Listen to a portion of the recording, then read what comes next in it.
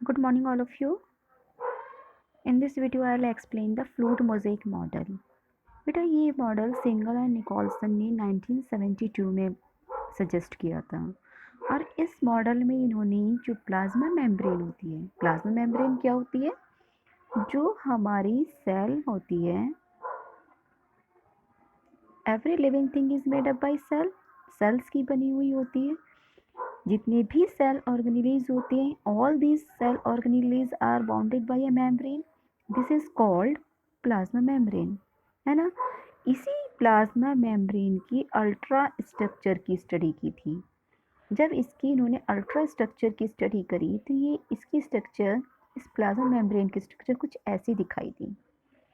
अब बेटा ये जो स्ट्रक्चर थी, सिंगर और निकोलसन ने जब इसकी स्टडी करी तो उन्होंने बताया कि plasma membrane is made up by lipid layer. कि जो प्लाज्मा मेम्ब्रेन होती है इसमें लिपिड की 2 लेयर्स प्रेजेंट होती है। देखिए, एक तो ये वाली लेयर है, ये जो अपर लेयर आपको दिखाई दे रही है, ठीक है, ये वाली लेयर है। एक लेयर इसके नीचे है, देखिए ये वाली जो लेयर है, ये वाली एक लेयर। लिपिड्स की 2 लेयर्स प्रेजेंट हैं, A layer and B layer.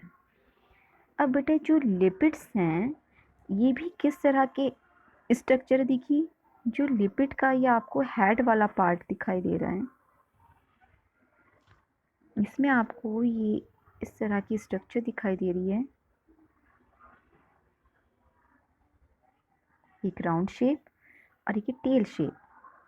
तो बेटा ये जो आपको इसमें हेड लाइक स्ट्रक्चर दिखाई दे रही है, it is called hydrophobic head.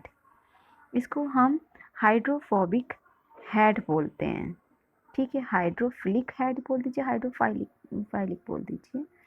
Hydrophilic heads of phospholipid molecules, ये वाला जो आपको इसमें राउंड शेप जो स्ट्रक्चर दिखाई दे रही है, ठीक है, ये हाइड्रोफिलिक हेड है।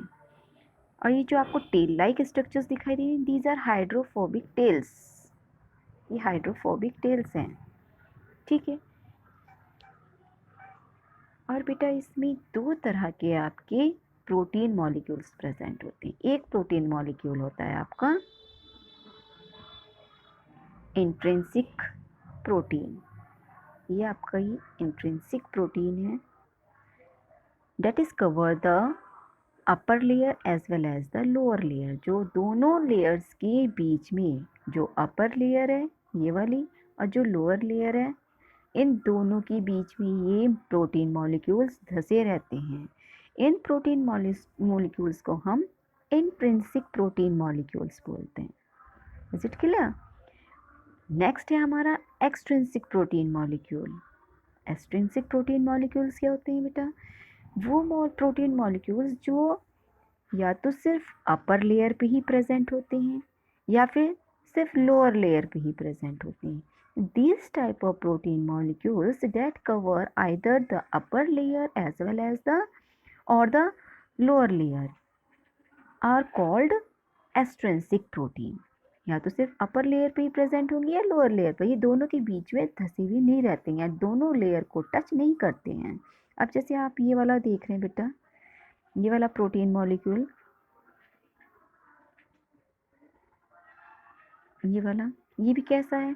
ये भी आपका बेटा इंट्रिंसिक प्रोटीन मॉलिक्यूल है, क्योंकि ये अपर लेयर की और दोनों लोअर लेयर दोनों के बीच में फंसा हुआ है।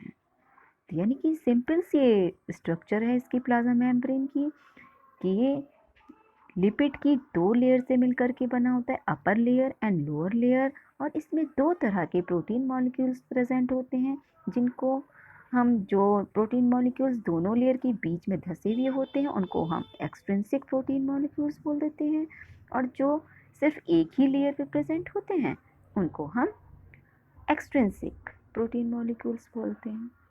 ओके। अब इसमें ऐसा लगता है, सिंगर निकोलसन ने ये बोला कि इस मॉडल को देखने से ऐसा लगता है जैसे सी के लिपिड्स के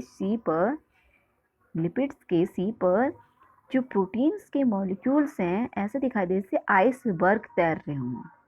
समुद्र के ऊपर आइसबर्ग तैरते हैं, ऐसे ही लिपिड्स के लेयर पर ये प्रोटीन मॉलिक्यूल्स फ्लोट करते हैं। इस तरह से ये दिखाई देते हैं।